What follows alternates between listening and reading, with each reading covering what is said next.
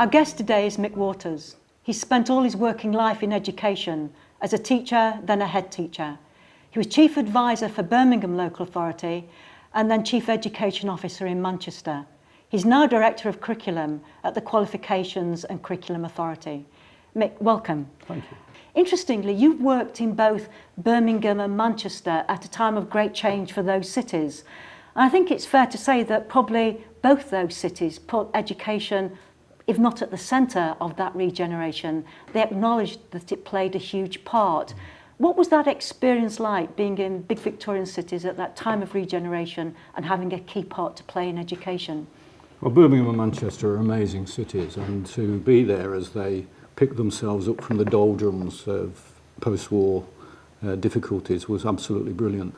But I think some of the work that's taken place in the last 10 years, where there's a recognition that we've all got to gather around youngsters and fit them for the future, I think that's been the best period, really. Yeah, and that links us quite nicely to the national curriculum, I suppose, because the national curriculum has been one of those things that I suppose you could say has cemented the education system together. Is it important in cementing the nation together? Is the national curriculum that big a thing? I think the phrase is lovely, cementing the nation together, because I would like to think that the curriculum was something that we treasured it as a nation, and we saw as really precious for children, so that we could all look at children in our country and say, isn't it wonderful what we've done for them in their early years, and that we'd have a pride in what we were offering. Now, since the national curriculum was invented in the late 80s, right, there's been this endless squabbling by the adults.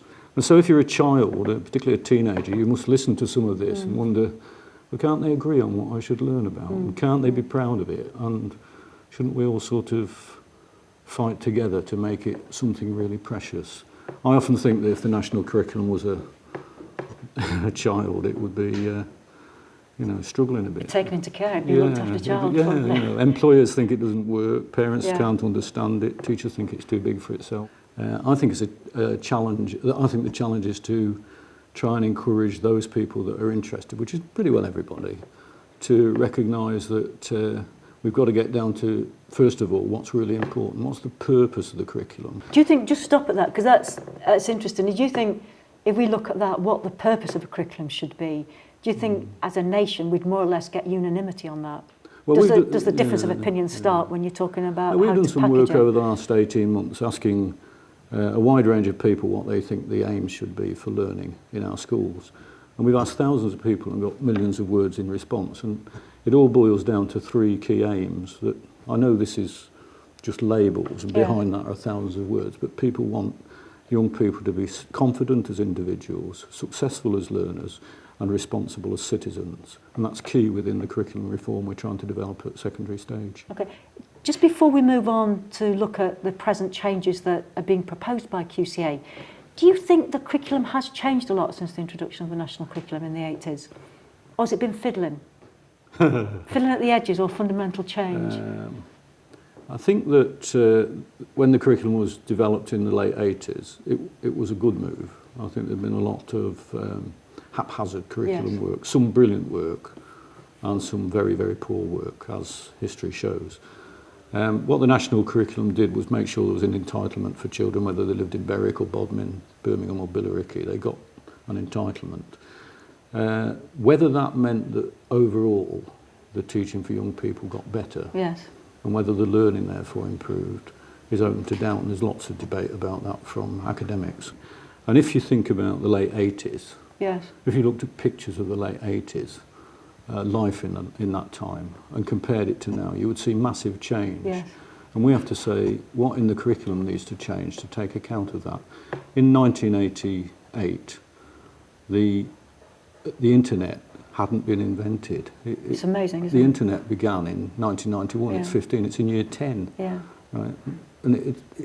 And we've got to take account of that in a really positive way in the work we do with schools. Not be frightened of it. We're not frightened of books. They've been around for a long while. You know, children have access to books and we think it's a wonderful thing. They also have access to knowledge and information through the internet that we should be able to capitalise on and make sense of. Since 1988, the number of people coming into this country from different places across the world has brought a rich diversity in our population that wasn't there at that time. There was diversity, but not the breadth of diversity that we see now. And we've got to just make the curriculum fit the needs of the future for our young people, while still recognising that they are children and teenagers growing up and they need an enjoyable time in school and elsewhere. That's true. Interestingly, one of the things, the impressions I got when I was looking at the curriculum reforms of this year for Key Stage 3 is that I felt for the first time that the emphasis was about structure of the curriculum more so than content. So you didn't launch a review of the schemes or anything like that. It was almost as though you'd said, look, we don't want to keep giving upheaval on the content, but we do think it could be structured in a slightly different way. The initial request from government was to look at the programmes of study and try to slim down the content. And what we've tried to do is take out what I call low-level clutter. Right. This obsession with small detail and asking teachers to make sure that every child in the country knows a certain fact or a certain piece of information. But the programmes of study are only the ingredients. They're the ingredients of the meal. And the real challenge, I believe, is in the design of the curriculum so that it matters in individual schools to the children that are being taught. And I think it's the design that's as important as the ingredients. I think that's what makes this particular curriculum review different than previous ones, and it'd be interesting to see how it goes. There's also an element that when I read through sort of the examples that were being given, there's a bit of me that said, well, hang on, this isn't new. This isn't a brand new idea. There are schools who do this. I mean, I suppose if I was being hypercritical, I think I might ask you, come on, is this a rebrand? I mean, you're getting rid of low-level clutter isn't very radical. It's not a big change. Some of these things are happening already. How big an idea is it? Is it a good rebrand of what's existing? And there's nothing wrong in that to focus attention. Or is it really fundamental change that you're asking of schools? It's a bit of all of those things. First of all, it's not a massive change. What we've done is taken out a lot of the clutter and given teachers and schools the opportunity to structure a curriculum that matters to them. In the end, it's down to, well, what can we do to make this curriculum come alive for children and be such a magnet they can't pull away from it?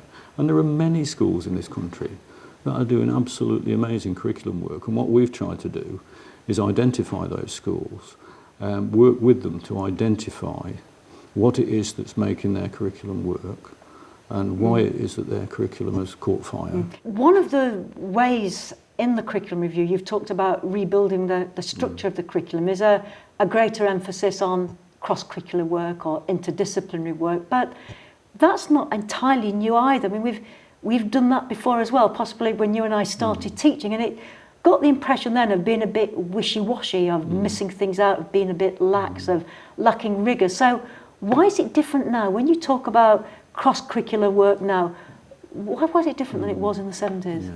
I think what we're finding in the schools that are carrying out the pilot work for us is that the main difference is the level of rigour in what the children are doing and the way the application of one subject with another. And it's creating these contexts for learning, which is so absolutely vital. Employers tell us that they want to see soft skills develop, they want to see teamwork, they want to see children who can use ideas in a creative way, that are adaptable, flexible, support each other. Now, if we're going to deliver those things for employers, as well as the functional skills, we've got to give children real context in which to learn. So we've tried to say that within the context of the curriculum, the youngsters should be engaged in an activity within their own community, where they could restore an area of recreational land, or they could build a bird hide, or they could do something which was gathering a survey for a local political issue, that they actually get involved in it in a way that has relevance to the community. Another aspect is where we're suggesting, and we're seeing in our pilot schools, teachers from subject disciplines helping each other to make relevance to youngsters, and how do they fit together. Now, it's not about saying there's got to be projects and themes where we all gather around and do word association and think whether we can think of yet another thing that sounds vaguely linked. But it is about saying, what can we fit together in the way in which the programmes of study are offered to the youngsters to make them realise that there is a link between the learning that they do in different areas. Does it change the status of the subject in school, do you think? I suppose in the 90s there was a bit of a pressure to build up the importance of subjects like the literacy hour, the numeracy hour, and nothing else you should be taught during that hour almost. Is this a shift away from the power of subject knowledge? No, I think subject knowledge is absolutely basic. Without knowledge, you can't develop skills. You need knowledge to have skills. So it's not skills or knowledge, it's both. Subjects are important. I think the challenge is to balance the need for a sort of focus on the content of the subject in terms to the power towards the power of the subject discipline. And I think we've got to get over to youngsters the real enjoyment of being a scientist, or what is it in the thinking of a historian that makes them different from the way in which geographers might think, or the way in which an artist might think.